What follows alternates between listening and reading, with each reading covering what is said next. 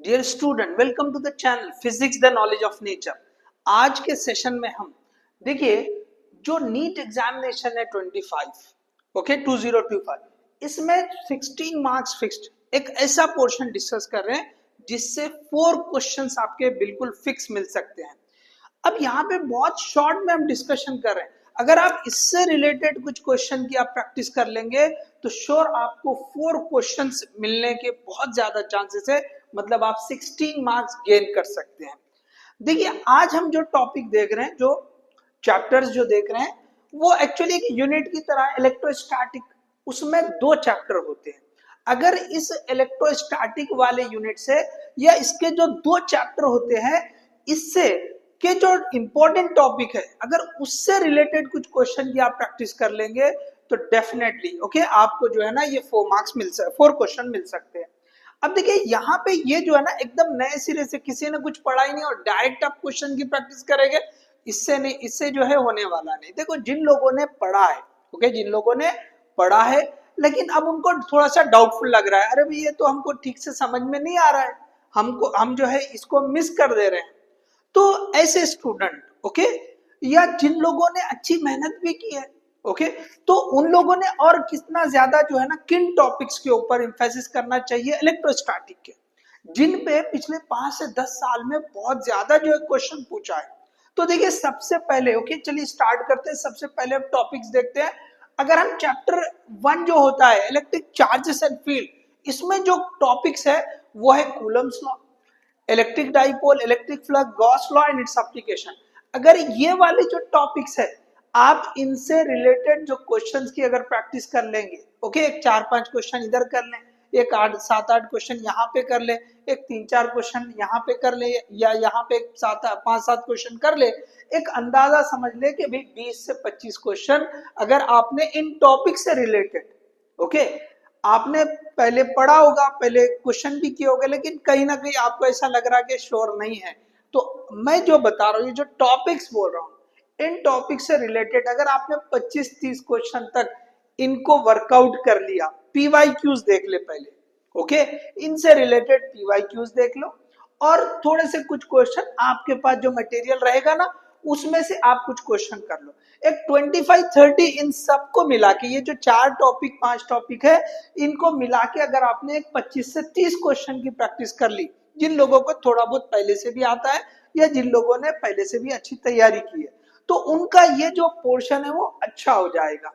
तो अब जो है ना क्वेश्चन जो आएंगे इससे रिलेटेड, तो रिसेंटली आपने इससे रिलेटेड प्रैक्टिस की है क्योंकि लेस देन अ वीक बचा है, हार्डली फ्यू डेज बचे हैं। तो ये जो क्वेश्चंस आपने किए हैं कहीं ना कहीं ये क्वेश्चन तो इन्हीं पे पूछने वाला है मोस्ट ऑफ द टाइम। जो पुराना एक्सपीरियंस है उसके बेसिस पे बोल रहा हूँ, जो एनालिसिस किया हुआ है पिछले 5 से 10 साल का उसके बेसिस पे मैं बोल रहा हूँ। तो अगर इसी पे क्वेश्चन बनेंगे, इस जैसे हर टॉपिक पे आपने कई सारे 5-7 क्वेश्चन कर रखे हैं, तो बहुत कम होता है कि वो वैरायटी में और बदले। तो थोड़ा सा आप उसको बढ़ा सकते हैं, 25-30 की जगह 40 क्वेश्चन तक भी आपने कर लिया तो बहुत अच्छा खासा इसका जो है ना आपका प्रैक्टिस हो जाएगा। अब देखिए थोड़ा सा हम यहाँ पे उसको भी एक्सप्लोर करते हैं कि Coulomb's law. Coulomb's law simple सा आपको फॉर्मूला है कि भाई 2 चार्जेस के बीच में ये जो फोर्स है एक्ट होगी, this F is equal to K Q1 Q2 divide by R square, इन दोनों के बीच का डिस्टेंस R है। तो अब ये एकदम स्ट्रेट फॉरवर्ड सीधा सा क्वेश्चन ऐसे नहीं पूछेगा, उसमें कुछ चेंजेस करेगा कि भाई ये जो है चार्ज और ये चार्ज, इसमें का कुछ पोर्शन जो है इसमें मिला दिए, इसको कुछ परसेंट कम कर दिए, इसको कुछ परसेंट बढ़ा दिए, ऐसे कुछ चेंजेस करके कुछ क्वेश्चन जो है वो बनाएगा। ऐसा भी हो सकता है कि इसको डबल कर दिए, इसको हाफ कर दिए, डिस्टेंस को वैरी कर दिए, ऐसे कुछ कॉम्बिनेशन करके दे देगा। जैसे इससे पहले के मैं इसको 10% कम कर दिया, इसको 10% बढ़ा दिया, ठीक है। तो ऐसे कुछ भी जो है ना इसको इसके ऊपर एक क्वेश्चन बना के पूछ सकता है। तो देखिए आप इसके बाद जो सेकंड टॉपिक हमने लिखा है वो है इलेक्ट्रिक डाइपोल। ये बहुत इंपॉर्टेंट टॉपिक है, समझ ले कि बहुत ज्यादा चांसेस है कि इसके ऊपर क्वेश्चन वो पूछे। तो यहाँ पे वैरायटी भी ज्यादा है। पहले आप सिंपल यहाँ पे क्या करेंगे, सिंपल कि भाई ये जो डाइपोल है ये माइनस क्यू ये plus Q, this is we are having electric dipole, इन दोनों का बीच का बहुत कम डिस्टेंस होता है, जिसको हम 2D या 2A जो भी लिख रहे हैं या 2L जो लिख रहे हैं।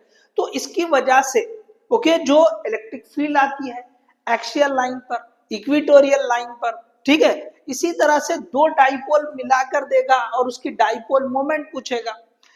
एक तो सिंपल क्वेश्चन ऐसा भी आया है नीट में कि सिंपल इसके डाइपोल मोमेंट भी पूछा हुआ है। ओके, फिर इसके बाद क्या करते हैं कि इसी डाइपोल को इलेक्ट्रिक फील्ड में रखेंगे, इलेक्ट्रिक फील्ड में रखेंगे। ओके, तो इसके ऊपर कितना टॉर्क आएगा, मतलब इसको अगर हमने मूव किया, रोटेट किया, सॉरी मूव मतलब रोटेट किया, सॉरी, तो इसके ऊपर जो है ये मैग्नेटिक फील्ड कितना, सॉरी इलेक्ट्रिक फील्ड कितना टॉर्क लगाएगी। तो आपको यहाँ पे टॉर्क से रिलेटेड भी क्वेश्चन जो है मिलेंगे। देखिए ये एक ऐसा टॉपिक है जो दोनों चैप्टर में आता है। ओके, ये वाले चैप्टर में इलेक्ट्रिक फील्ड और टॉर्क वाला कंसेप्ट है। ओके, और दूसरे इसमें जाएंगे। अच्छा यहाँ पे जो है ना इस तरह से भी आप याद रखो, ऐसे दो जो है ना आपको दे देगा, ये माइनस क्यू, ये माइनस क्यू, यहाँ पे ये प्लस क्यू, यहाँ पे ये प्लस क्यू, इस तरह से दो जो है डाइपोल दे देगा और बोलेगा कि नेट डाइपोल मोमेंट क्या है। तो हर तरह का क्वेश्चन जब आपको ये टॉपिक बोल दिया है तो आपने एक एक दो दो क्यों नहीं होता, लेकिन हर तरह का जो क्वेश्चन इस पे बनता है ना उसको देखो, रिपीट मत करो, चलो ठीक है, लेकिन एटलीस्ट हर तरह की वैरायटी का क्वेश्चन आपने प्रैक्टिस करना चाहिए।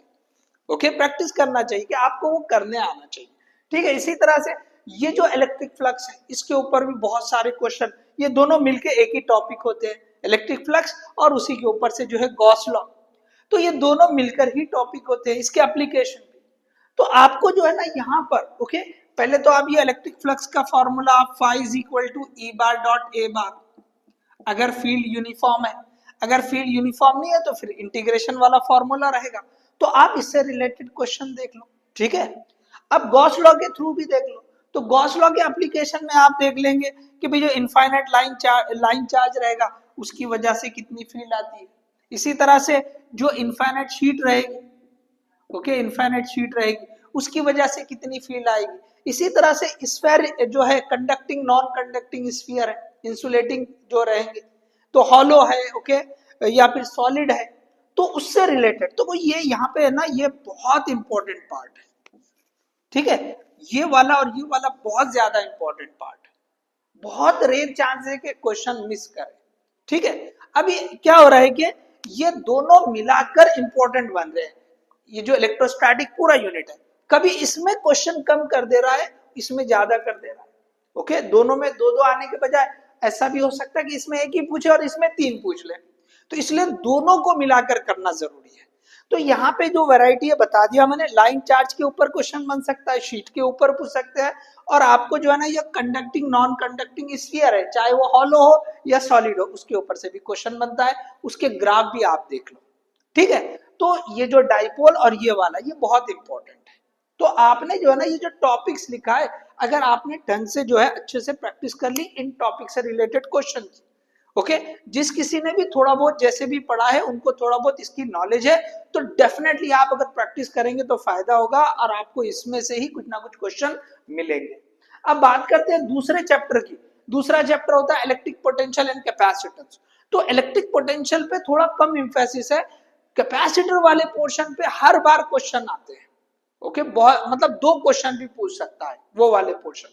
अगर तीन क्वेश्चन पूछ रहा है तो ज्यादा चांसेस यहीं पे दो क्वेश्चन है, और कभी दो भी पूछ लिया तो कई बार ऐसा हो सकता है कि इसी में से कैपेसिटर वाले पोर्शन से ही दो पूछ ले, ठीक है, नहीं तो फिर एक पोटेंशियल से और एक जो है कैपेसिटर से।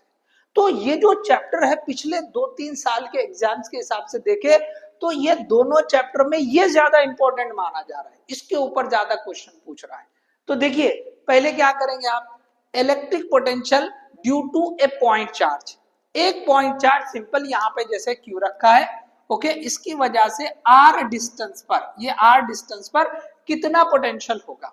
इसी तरह से मल्टीपल चार्जेस भी ले सकते हैं, सुपरपोजिशन वाला कंसेप्ट, तो यहाँ पे कितना पोटेंशियल आएगा, तो सिंपल, ठीक है। इसी तरह से डाइपोल की वजह से पोटेंशियल कितना आएगा, तो डाइपोल की वजह से आपको एक्सियल लाइन पे तो पोटेंशियल आएगा, लेकिन आपको इक्वेटोरियल लाइन पे जीरो रहेगा, ओके, इक्वेटोरियल लाइन पे पोटेंशियल जीरो होता है। इलेक्ट्रिक फील्ड दोनों पे आती है, इलेक्ट्रिक फील्ड दोनों पे आती है, डायरेक्शन वगैरह जो भी थ्योरेटिकल भी क्वेश्चन जो बन रहे हैं ना वो यहाँ पे आप देख लो। ओके, एक्सियल लाइन पे जो मैग्नीट्यूड होता है फील्ड का वो डबल होता है कंपेयर टू इलेक्ट्रिक फील्ड जो इक्वेटोरियल लाइन होती है। दोनों पे अगर हमने डायरेक्शन देखा तो डायरेक्शन इलेक्ट्रिक फील्ड की अपोजिट होती है। ठीक है, तो ऐसे कुछ पॉइंट्स भी आप जो है ना थ्योरेटिकली आप देख लें, जो भी क्वेश्चन बनते हैं वो आप देखो। तो अब देखो यहाँ पे दो चीजें बोल दिया मैंने कि भाई आप जो है ना पॉइंट चार्जेस की वजह से देख सकते हैं। ओके, इसी तरह से आप जो है ना नेक्स्ट जो पॉइंट रहेगा, ओके, डाइपोल की वजह से भी आप देख लेंगे। तो फॉर्मूला आप याद रखो, उसके ऊपर क्वेश्चन देख लो। यहाँ पे डाइपोल के ऊपर जो है ना सिर्फ पोटेंशियल आगे आएगा, ठीक है ना, आगे जो है ना मैं इसमें जो है work done, okay, potential energy, okay, potential energy sir यहाँ पे जो है ना डाइपोल के लिए मैं यहाँ ऐड करता हूँ potential energy and work done. Okay, ये जो है डाइपोल से रिलेटेड कंसेप्ट बात, डाइपोल। तो डाइपोल हमने जैसे इलेक्ट्रिक फील्ड में रखा, तो उसको अगर हमने घुमाया तो वो जो है ना जो इलेक्ट्रिक फील्ड है वो कितना वर्क डन करेगी, तो उसका आप फॉर्मूला याद रख ले। एक एंगल से दूसरे एंगल का सिंपल, ओके, पोटेंशियल एनर्जी कितनी होती है, तो P is equal to minus P bar dot E bar या माइनस पीई कॉस थीटा, इस तरह से आप वर्कआउट कर सकते हैं। इसी तरह से दूसरा जो टॉपिक है वो है इक्विपोटेंशियल सरफेसेस। सो इक्विपोटेंशियल सरफेसेस थ्योरेटिकल क्वेश्चन भी बन सकता है कि इसके प्रॉपर्टीज आपको पता होने चाहिए, और साथ में जो इसके ऊपर जो भी क्वेश्चन बन रहे, और साथ में है ना यही टॉपिक मिक्स होके आता है इलेक्ट्रिक फील्ड और इलेक्ट्रिक पोटेंशियल के बीच में जो रिलेशन बनता है E is equal to minus dV by dr। आपको पोटेंशियल देकर इलेक्ट्रिक फील्ड पूछ सकता है, तो सिंपली डेरिवेटिव लेके आपको सॉल्व करना रहता है। एक से दो क्वेश्चन प्रैक्टिस कर लें, आपको करने आ जाएगा, समझ में आ जाएगा। इसी तरह अब देखो यहाँ से आगे ये जो है, इसके बाद मैंने अभी जैसे बोला डाइपोल की पोटेंशियल एनर्जी, ओके, या वर्क डन जो करेगी इलेक्ट्रिक फील्ड, वो आप थोड़ा सा उसके फॉर्मूले सिंपली देखना है। उसके बाद कैपेसिटर वाला पोर्शन शुरू होता है। तो सबसे पहले पैरेलल प्लेट कैपेसिटर, ठीक है, पैरेलल प्लेट कैपेसिटर का फॉर्मूला देख लो, और डाइलेक्ट्रिक का इफेक्ट क्या होता है बस उतना देख लो, उससे ज्यादा इसके ऊपर कोई खास इंफेसिस नहीं है। ओके, अब जो सबसे ज्यादा इंपॉर्टेंट है, ये दो टॉपिक है जिसके ऊपर पक्का क्वेश्चन पूछता ही है, तो वो टॉपिक है combination of capacitors, grouping, equivalent आपको पूछेगा। ओके, तो पक्का इसके बहुत ज्यादा चांसेस, क्यों, तो इसके ऊपर 3 टाइप के क्वेश्चन है। पहला आपको सिंबल्स यूज करके होता है, उसके बाद दूसरा जो है ना स्ट्रक्चर के हिसाब से होता है। ओके, ऐसे स्ट्रक्चर दे देगा कि भाई ये जो है ना यहाँ पे अलग अलग जो है ना दो हिस्सों में अलग जो है ये जैसे देगा, सॉरी ऐसा, ये ऐसा आप देखेंगे, तो यहाँ पे अलग डाइलेक्ट्रिक है और यहाँ पे डाइलेक्ट्रिक अलग है, इस तरह के इसमें दे देगा। यहाँ पे सिंबल यूज करके भाई ऐसे जो है ना ये कॉम्बिनेशन कैसा भी बना के दे देगा, ये इस तरह से। इसके बाद multiplate capacitor, okay, multiplate capacitor, तो इस तरह से आप जो है ना ये वर्कआउट कर सकते हैं कि भाई इसमें जो है आपको जो है ये 3 टाइप के कॉम्बिनेशन या ग्रुपिंग ऑफ कैपेसिटेंस में इस तरह के क्वेश्चंस मिल सकते हैं। इसके बाद जो है इसमें और भी जैसे जो ये ग्रुपिंग या कॉम्बिनेशन है, तो जो क्वेश्चंस आप रजिस्टर के लिए करते हैं अलग अलग, ओके, टिपिकल सर्किट्स भी है, तो आपको इसमें भी थोड़ा वर्कआउट करना पड़ेगा, ओके, क्योंकि क्वेश्चन पक्का इससे रिलेटेड मिलता है। तो ये जो है बहुत ज्यादा इंपॉर्टेंट टॉपिक है। और उसके बाद last one energy stored in a capacitor, तो इसके ऊपर भी आपको क्वेश्चन मिलेंगे। तो यहाँ पे आपको कुछ सिचुएशन देगा, फॉर्मूला भी बन जाएगा, ओके, हाफ CV स्क्वायर वाला जो फॉर्मूला होता है, या Q स्क्वायर अपॉन 2C वाला जो फॉर्मूला रहेगा, या हाफ QE वाला, तो इसके ऊपर आपको क्वेश्चन मिलेगा। यहाँ पे ज्यादातर क्या करता है क्वेश्चन कि एक कैपेसिटर को पहले चार्ज कर लेते हैं, ये बैटरी लगा दी हमने, चार्ज कर लिया, और फिर इस कैपेसिटर के अक्रॉस में एक दूसरा कैपेसिटर लगा देते हैं। यहाँ से ये रिमूव कर दिए ये बैटरी को, ये C1, अब यहाँ पे दूसरा कैपेसिटर लगाते हैं, तो अब बोलेंगे भाई इसमें कितनी एनर्जी स्टोर्ड है। इस तरह के क्वेश्चन जो है बहुत सारे आपको इसके ऊपर बनेंगे। तो ये जो है ना आप देख लो, इस पे 4-5 क्वेश्चन कर लो, इस पे आपको थोड़ा ज्यादा प्रैक्टिस करना पड़ेगी क्योंकि 3 टाइप के क्वेश्चन है, ठीक है। तो अगर यहाँ पर भी आपने एक 30-35 क्वेश्चन या 25-30 क्वेश्चन तो ओवरऑल अगर मिला लिए है, तो यहाँ पे आपने अगर इससे 60 एक क्वेश्चन अगर कर लिए, ओके, 50-60 समझ ले, चलो राउंड फिगर तो 60 क्वेश्चन आपको करना है तो 4 घंटे आपके करीब करीब जा सकते हैं। उसमें से कुछ क्वेश्चन बहुत छोटे भी हो सकते हैं, आसान भी हो सकते हैं। अगर आपने 4 घंटे सही तरह से आपने दे दिया, ओके, आपने पढ़ रखा है फॉर्मूले के थोड़े से, मतलब आपको नॉलेज है कि भाई हाँ ये टॉपिक ऐसा होता है, सही से अगर आपने 4 घंटे लगा के प्रैक्टिस कर ली 50 से 60 क्वेश्चन जैसे मैंने बोला इन टॉपिक के हिसाब से, तो आपको ये 4 क्वेश्चन, ओके, बहुत ज्यादा चांसेस है, ओके, 90% से ज्यादा चांस है कि 4 के 4 क्वेश्चन इन्हीं टॉपिक से मिल जाए, इन्हीं टॉपिक से मिल जाए, ओके। अब कभी हो सकता है रेयर केस में कि भी एक आध क्वेश्चन, ओके, कहीं और से, 4 के 4 क्वेश्चन बाहर के नहीं आएंगे, याद रखो ये जो टॉपिक दे दिया ना, एक आध क्वेश्चन की पॉसिबिलिटी हो सकता है कि भाई वो कोई और टॉपिक से जो है वो आ जाए, ओके। तो यहाँ पे चांसेस किसके, हम उसी को तो डिस्कस कर रहे, तो कहीं ना कहीं थोड़ा सा तो चांस लेना पड़ेगा।